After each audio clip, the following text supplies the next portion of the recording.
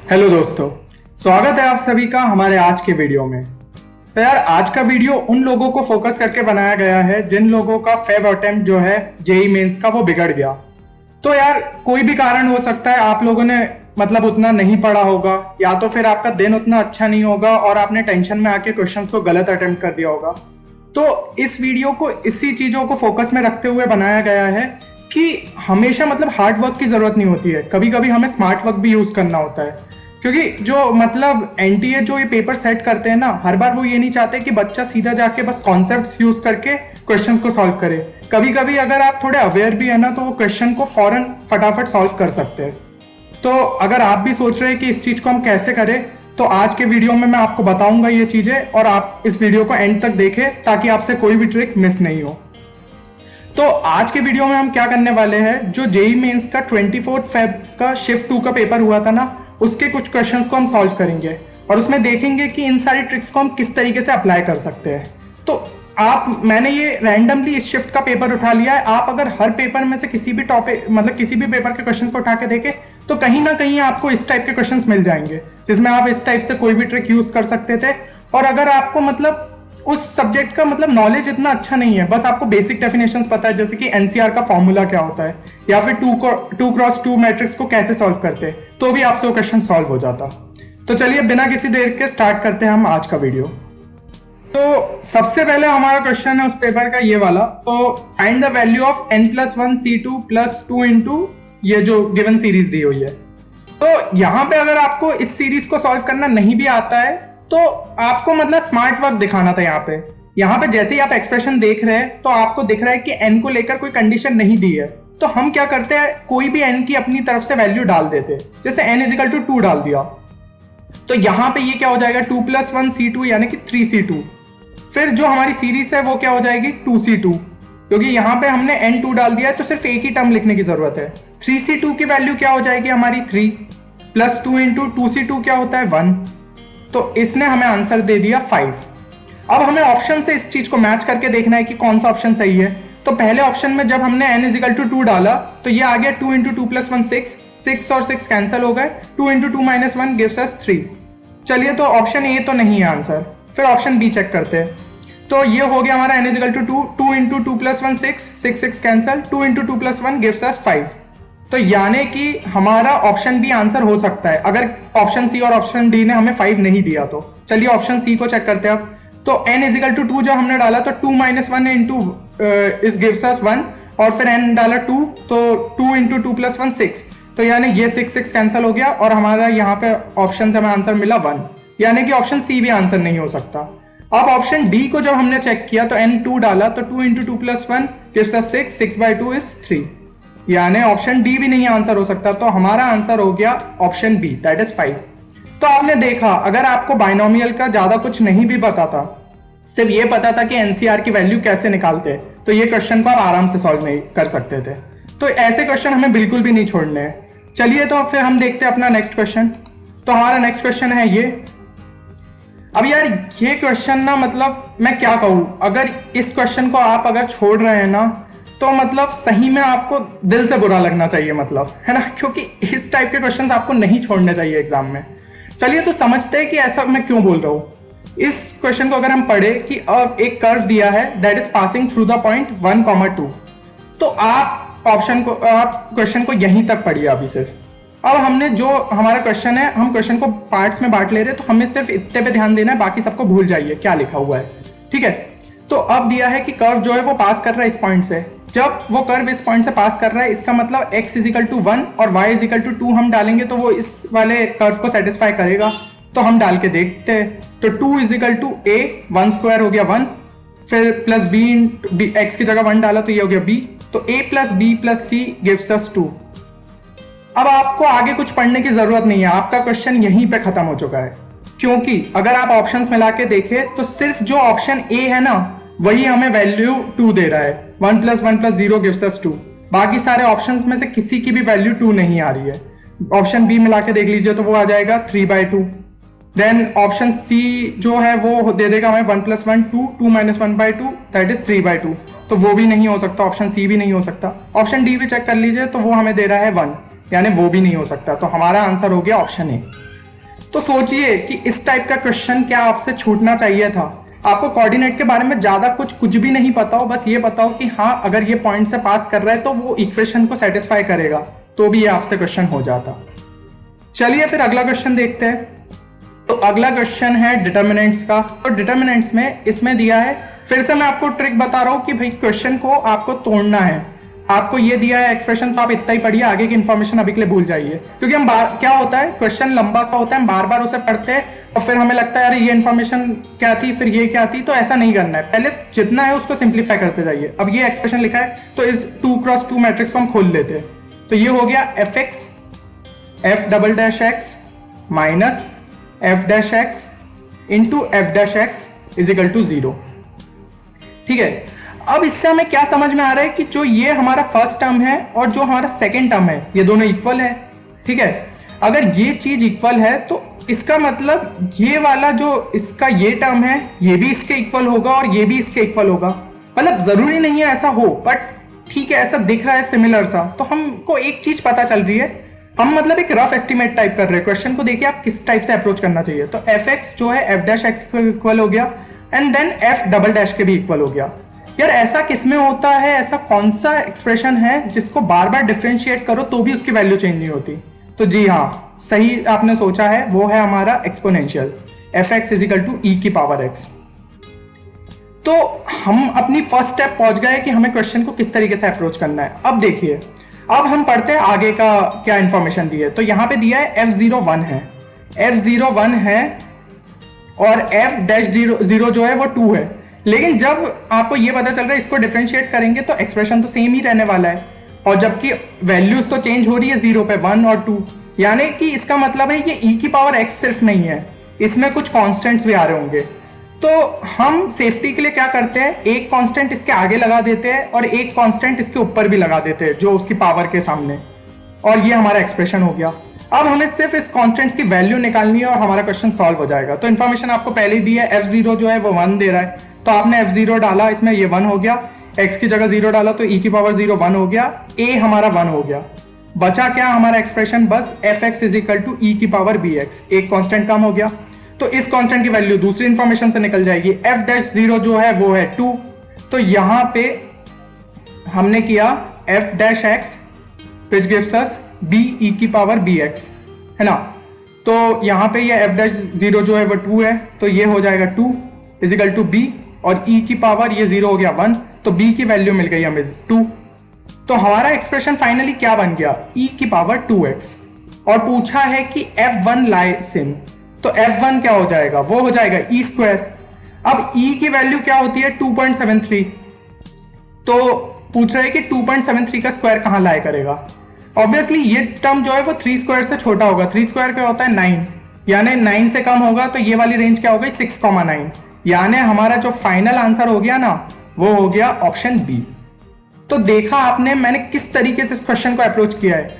मुझे यहाँ पे कुछ इंटीग्रेशन या कुछ डिफरेंशिएशन कुछ भी करने की जरूरत नहीं पड़ी। बाकी आपको होना क्या चाहिए था कि यहाँ पे आप इंटीग्रेट करते फिर प्रॉपर इस एक्सप्रेशन को निकालते, बट हमने कोई भी उस चक्कर में नहीं पड़े। हमने एक सिंपल सी ट्रिक यूज की कि हमने इस डिटरमिनेंट को सबसे पहले तो खोल दिया, फिर हमने टर्म्स को कंपेयर किया और समझने की कोशिश की कि क्या एक्सप्रेशन इससे हमें पता चल सकता है, और हमें एक पता चला कि हाँ रफली मतलब ये e की पावर x वाला ही कोई टर्म है। और फिर हमने अपनी सेफ्टी के लिए उसमें कांस्टेंट्स लगाए, उन कांस्टेंट्स की वैल्यू फाइंड करी और फाइनल आंसर तक पहुंचे। तो इस तरीके को आप समझिए, क्योंकि ये इसी टाइप का अप्रोच आपको बहुत सारे क्वेश्चंस में काम आता है।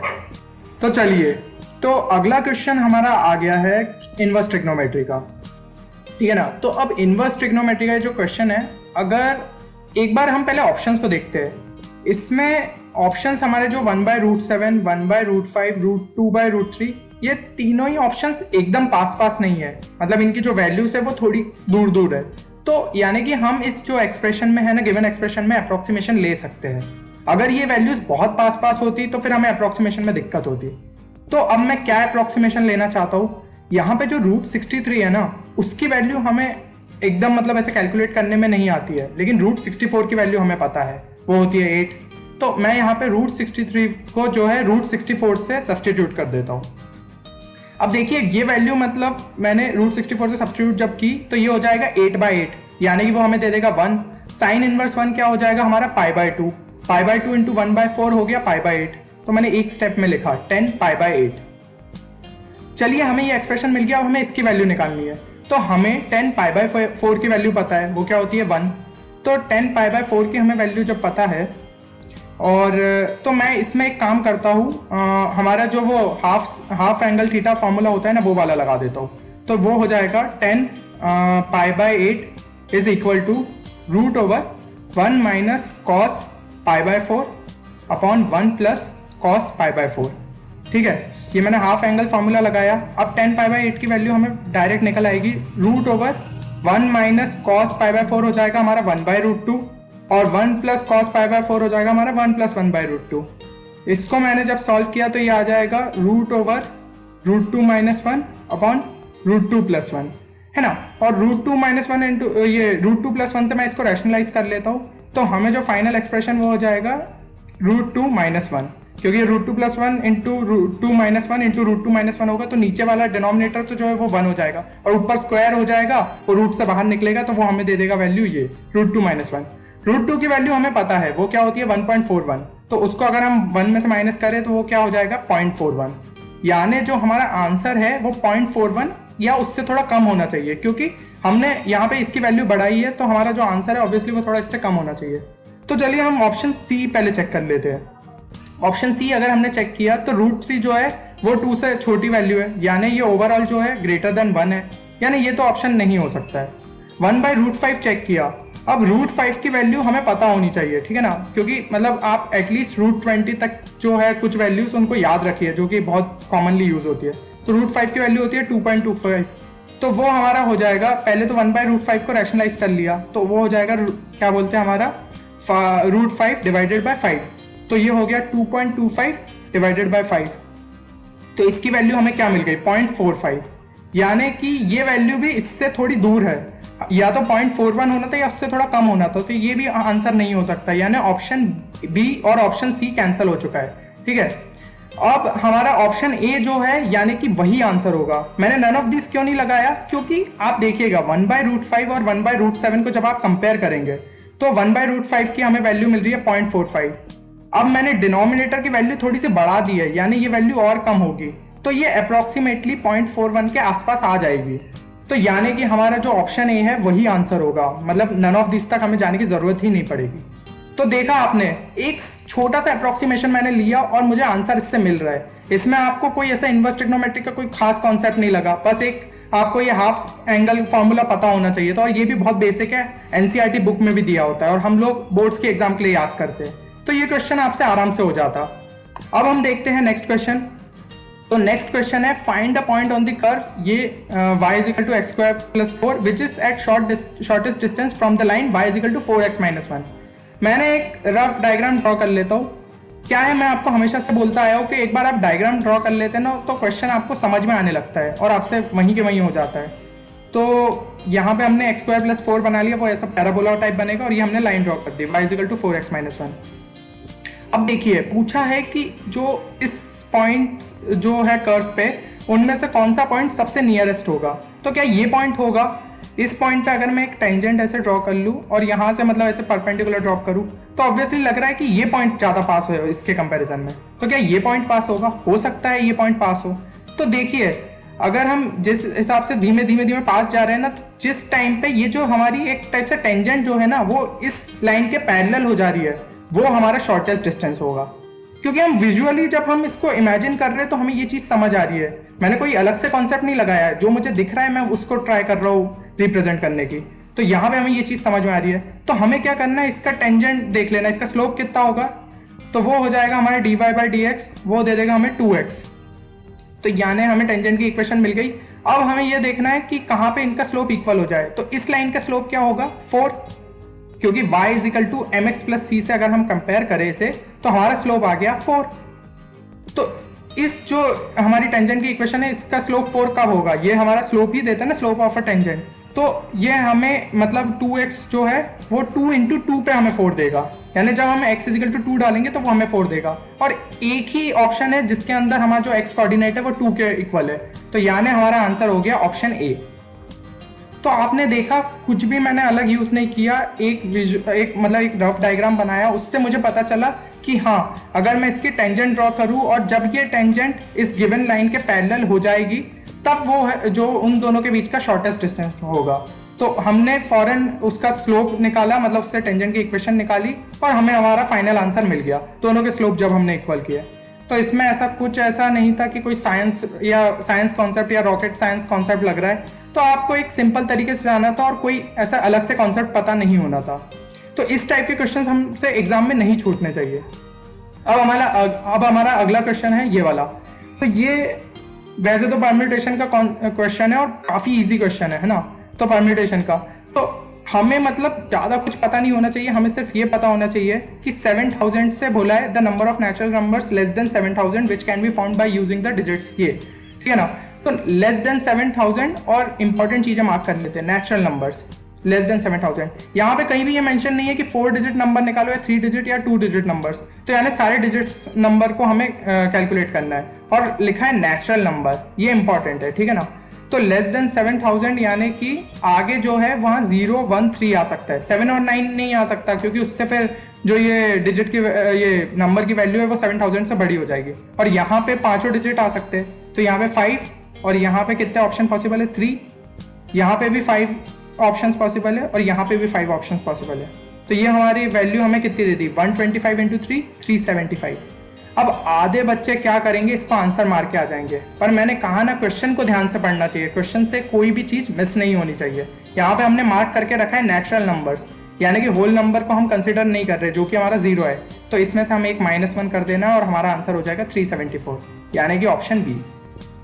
तो देखा ये मतलब इसमें कोई खास ट्रिक यूज नहीं किया, परम्यूटेशन में भी हम नॉर्मली इसी तरीके से यूज करते हैं। बस मैं आपको ये बताना चाह रहा हूँ, बच्चे ये मिस्टेक कर जाते हैं कि क्वेश्चन को जल्दी जल्दी में वो लोग 375 मार्क करके आएंगे, जबकि इसमें जब पूछा है कि नंबर ऑफ नेचुरल नंबर्स, तो इस चीज का ध्यान रखिए और -1 करना मतलब याद रखिए। तो क्वेश्चन को ध्यान से पढ़ना भी जरूरी है, नहीं तो हम फालतू के अपने मार्क्स गवा देते हैं इस वजह से। चलिए अब अगला क्वेश्चन हम देखते हैं।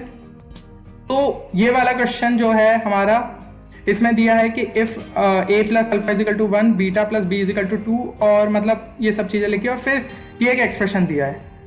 अब अगर कोई बच्चा इस एक्सप्रेशन को देखने के बाद फाइंड द वैल्यू ऑफ इस एक्सप्रेशन को देखेगा, यार उसके दिमाग में फौरन स्ट्राइक होना चाहिए कि यहाँ पे ये टर्म न्यूमरेटर का है fx प्लस f1/x, फिर यहाँ पे x जो है 1/x और x जो है वो डिनोमिनेटर के है, ठीक है। तो किसी भी तरीके से अगर मैं a और अल्फा जो है इन दोनों को ऐसे बाहर निकाल लूं, तो वो किस केस में पॉसिबल है, जब a इजिकल टू अल्फा हो जाए, तो a और अल्फा बाहर आ जाएंगे तो डायरेक्ट a और यहाँ इसको हम लिख लेंगे fx प्लस f1/x।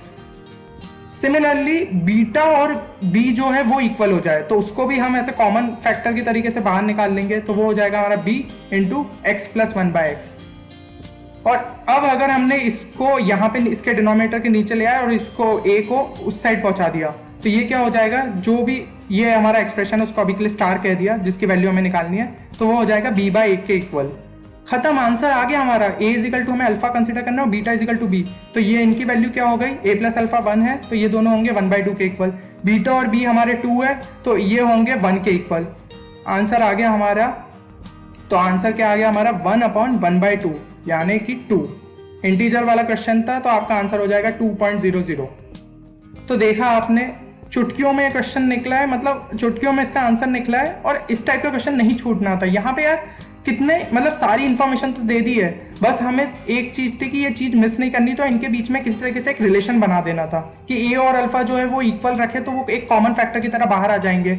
हमें ये चीजें मतलब ऐसे विजुअली देखते रहना चाहिए, अगर हम इन चीजों के प्रति अवेयर रहेंगे तो इस टाइप के क्वेश्चन आपसे नहीं छूटेंगे, तो ये आपको हमेशा ध्यान रखना है। अब अगला क्वेश्चन देखते हैं। अगला क्वेश्चन है हमारा, the area of region defined by 5x² less than equal to y less than equal to 2x² plus 9। तो मतलब कि दो पैराबोला के बीच का जो हमारा रीजन जो वो कॉमन बन रहा है उसका एरिया निकालना है, ठीक है ना। तो यहाँ पे मैंने ये फिगर आपके लिए बना दिया पहले से ही। तो y इजिकल टू 5x² जो आप ये नियॉन कलर का देख सकते हो और पिंक कलर में है y is equal to 2x² plus 9 का। तो यहाँ पे यानी कि वो बीच का ये वाला एरिया बोल रहे हैं, मतलब ये वाला जो एरिया है ना हमारा, ये निकालना है हमें, ठीक है। अब यार इसका मतलब सिंपल तरीका तो वही होता है कि इंटीग्रेशन करके हमने जो निकालते हैं हमारा, है ना, डेफिनेट इंटीग्रल से, वो एरिया अंडर, मतलब एरिया अंडर द कर्व जो है वो चैप्टर है पूरा इसी पे बेस्ड है। पर क्या होता है एग्जाम में कभी कभी टाइम नहीं बचता है, तो हमें क्या करना चाहिए, इनको एक हम मतलब ऐसे स्ट्रेट लाइंस ड्रॉ करके भी एक कोई शेप बना सकते हैं। जैसे मैंने यहाँ पे अगर मैं इन लाइंस को ऐसे ड्रॉ करके ट्राइंगल टाइप बना दूं ना, और उनका एक अप्रोक्सीमेट वैल्यू फाइंड करूं, तो उससे मैं ऑप्शन के आसपास एडजस्ट करके आंसर निकाल सकता हूँ। देखिए मैं किस तरीके से इसको कर रहा हूँ। तो मैंने इस कर्व को ऐसे मतलब लाइंस के टाइप ड्रॉ कर दिया कि मुझे इस जो दो ट्राइंगल्स हैं इनका एरिया निकालना है। मतलब मैं इस पे अगर मैं आपको दिखाना चाहूँ तो ये ऐसे करके ड्रॉ करा, ठीक है ना। यहाँ पे मतलब आप देख रहे हैं थोड़ा सा मैं फिगर उतना अच्छे से नहीं बना पाया, बट यहाँ पे मैं ये बोलना चाह रहा हूँ। तो अगर मैं इसको आपको बड़े इसमें दिखाऊं तो बेसिकली क्या हो रहा है, एक जो बड़ा ट्राइंगल है ना उसमें से ये छोटा ट्राइंगल माइनस कर दूं तो ये बीच का एरिया आ जाएगा। मैं क्या बोलना चाह रहा हूँ, यहाँ पे ये जो बड़ा ट्राइंगल है ना उसमें से मैं ये अगर छोटा ट्राइंगल को एरिया माइनस कर दूं तो मुझे जो रिक्वायर्ड एरिया है ना मेरा, मतलब मैंने जो अप्रोक्सीमेट अपना एक शेप मान लिया है उसका एरिया निकल आएगा। तो ये वाली वैल्यूज मैं निकाल सकता हूँ। ये जो है इनकी कॉमन वैल्यूज क्या हो जाएगी, मतलब जहां पे ये दोनों इंटरसेक्ट कर रहे हैं, तो 5x² is equal to 2x² plus 9 which gives us 3x² is equal to 9। तो हमारा आ गया x is equal to plus minus √3। तो ये हमारी इंटरसेक्टिंग वैल्यूज मिल गई हमें। तो ये यहाँ पे x इज इक्वल टू √3 और x is equal to minus √3 पे दोनों इंटरसेक्ट कर रहे हैं, ठीक है। अब x इज इक्वल टू √3 किसी एक में डाल के देख लिया तो ये हो जाएगा 5 × 3 दैट इज 15, यानी कि यहाँ पे y कोऑर्डिनेट तब होगा 15। तो मुझे ये पता चल गया कि ये हाइट जो है ये है 15। यहाँ पे हमारा बेस हो गया 2√3 का, और ये हमें ये वैल्यू पता थी, ये 9 है। 9 कैसे आई, 2x² प्लस 9 है, तो इसमें अगर x इक्वल टू 0 डालेंगे तो यहाँ पे ये 9 आएगा, यानी ये कर्व की वैल्यू 9 थी। यहाँ पे जो y एक्सिस पे उसका बन रहा था इंटरसेक्शन, तो ये हमारी वैल्यू हो गई 9। तो ये जो बीच का एरिया है ना 15 माइनस 9 वो हो गया 6। तो हमें क्या करना है, half into 15 into 2√3 minus half into 6 into 2√3। 2 cancel, 15√3 हो गया, ये 2 कैंसिल, 6√3 हो गया। 15√3 माइनस 6√3 गिव्स अस 9√3। अब यार एक्साइटमेंट में आके 9√3 आंसर मत लगा देना, क्योंकि ये चीजें हमने सारी अप्रोक्सीमेट की है। तो आप देख रहे हैं मैंने जब ये ट्राइंगल ड्रॉ किया है तो ये कितना सारा एरिया हमने लीव कर दिया है, यानी ऑब्वियसली आंसर जो है वो 9√3 से बड़ा ही होगा। क्योंकि यहाँ पे ये जो लाइन ड्रॉ कर रहे हैं तो यहाँ पे हाँ थोड़ा सा एक्स्ट्रा एरिया आ रहा है, पर हमने ज्यादा एरिया छोड़ा हुआ है, यानी जो हमारा आंसर होगा वो 9√3 से जस्ट बड़ा होगा। तो 9√3 से जस्ट बड़ा ऑप्शन कौन सा है, 12√3, और हमारा अप्रोक्सीमेट वैल्यू आ गई बी। अब आप बोलेंगे भैया 18√3 भी हो सकता था। नहीं यार, हमने इतना कोई एरिया भी मतलब एक्स्ट्रा कंसिडर नहीं किया कि हमारा 18√3 हो जाए। तो अप्रोक्सीमेशन भी जब आप कर रहे हैं ना तो इन चीजों का ध्यान रखिए कि आप किस चीजों को आपने माइनस किया है, किस चीजों को आपने ऐड किया है, उस हिसाब से हमें ऑप्शन को एडजस्ट करना है। ये नहीं कि रैंडम अब तुक्के बिठा रहे कि भाई हाँ 9√3 से बड़ा आंसर है तो भाई 18√3 मार दो, ये चीजें नहीं करनी है। अप्रोक्सीमेशन भी दिमाग से करना है। तो उम्मीद करता हूँ कि आपको ये मतलब इन क्वेश्चंस ने काफी हेल्प करी होगी। और साथ ही साथ मैंने उस पेपर में ऑब्जर्व किया था मैथमेटिकल रीजनिंग का एक क्वेश्चन था, वो भी काफी इजी था, तो वो क्वेश्चन आपसे हो जाता। देन एक हाइट एंड डिस्टेंस का क्वेश्चन था, वो भी आपसे हो जाता, ट्रिग्नोमेट्री का सिंपल क्वेश्चन। तो ये सारे चैप्टर के अगर आप क्वेश्चंस करते हैं तो मतलब 8 क्वेश्चन तो मैंने आपको जो अभी दिखाए प्लस ये 2 क्वेश्चन, टोटल हो जाते हैं हमारे 10 क्वेश्चन। और इन 10 क्वेश्चन को आप बिलीव कीजिए, मतलब मैंने जिस हिसाब से मेथड बताया अगर इस तरीके से सॉल्व करते हैं तो मुश्किल से 10 मिनट आपको लगते हैं इन क्वेश्चंस को सॉल्व करने। क्योंकि कुछ तो हमारे जो क्वेश्चन थे डायरेक्ट n की वैल्यू डालो और ऐसे करके, वो तो सेकंड्स में होने थे, तो टोटल आपको 10 मिनट लगते। यानी जो बचे हुए आपके 15 क्वेश्चंस है ना उसमें आपको अराउंड टाइम कितना मिल जाता, लगभग 50 मिनट्स, ठीक है। और यार ये मतलब आप सोच रहे कितना सफिशिएंट टाइम है, इस टाइम पे आप दिमाग चला सकते हो और अपने मार्क्स जितने ज्यादा बूस्ट कर सकते हैं उतने कर सकते हैं। 10 क्वेश्चन ने तो आपको 40 नंबर दे ही दिए, शुरू के 10 मिनट के अंदर ही हम ये 40 मार्क को आराम से स्कोर कर सकते हैं, और एक हमारा कॉन्फिडेंस भी बिल्ड हो जाता है। तो इस टाइप के क्वेश्चंस को पहचानिए, उनमें ये अप्रोक्सीमेशन और ये स्मार्ट वर्क यूज कीजिए ताकि आप उन क्वेश्चंस को जल्दी सॉल्व कर लीजिए, और आपको फिर ये 15 क्वेश्चंस के लिए टाइम मिलेगा। और जब आपका कॉन्फिडेंस अच्छा रहेगा तो ये 15 क्वेश्चन में से भी आप आराम से 10 क्वेश्चन तो लगा ही देंगे, और टोटल मिला के आपका काफी अच्छा परसेंटाइल बन सकता है। तो दोस्तों अगर आपको ये वीडियो अच्छा लगा है तो इसे अपने दोस्तों के साथ भी शेयर कीजिए, क्योंकि हम जितना ज़्यादा मतलब अपने दोस्तों के साथ शेयर करेंगे, नॉलेज को हमें बांटना चाहिए, खुद तक एकदम सीमित मत कीजिए नॉलेज को, ठीक है ना। और बाकी हमें भी मोटिवेशन मिलता है कि हाँ ज़्यादा से ज़्यादा लोग हमारे इन वीडियो को पसंद कर रहे हैं, तो हम आपके लिए और ऐसी ट्रिक्स लाएंगे। हम कोशिश करेंगे कि और भी पेपर के कुछ क्वेश्चंस आपके लिए लाए दूसरे शिफ्ट के, ताकि आपको और मदद मिले कि हाँ किस तरीके से हमें स्मार्ट वर्क को अप्लाई करना पड़ता है क्वेश्चंस के लिए। और बिटसेट के लिए भी हमने एक SSS यानी कि स्पीड शॉट सीरीज इसी टाइप से बनाई है, जिसमें हम इस टाइप की ही कुछ ट्रिक्स को यूज करते हैं। तो उसमें उसको भी आप देख सकते हैं और समझ सकते हैं कि हाँ किस तरीके से मतलब स्मार्टली सोचना चाहिए क्वेश्चंस के लिए, और वो आपको काफी हेल्प करेगी। तो दोस्तों मिलते हैं फिर यार अगले वीडियो में कुछ एक नई ट्रिक्स के साथ और भी आपके लिए हेल्पफुल। बाकी आप कमेंट सेक्शन में लिख के बताइए कि आपको ये वीडियो कैसा लगा और आप आगे क्या एक्सपेक्ट कर रहे हैं जेईई मेंस से रिलेटेड। कुछ अगर आप चाहते हैं कि हम वीडियो बनाएं तो उसे कमेंट सेक्शन में जरूर लिखिए। तो फिर मिलते हैं अगले वीडियो में, तब तक के लिए जय हिंद।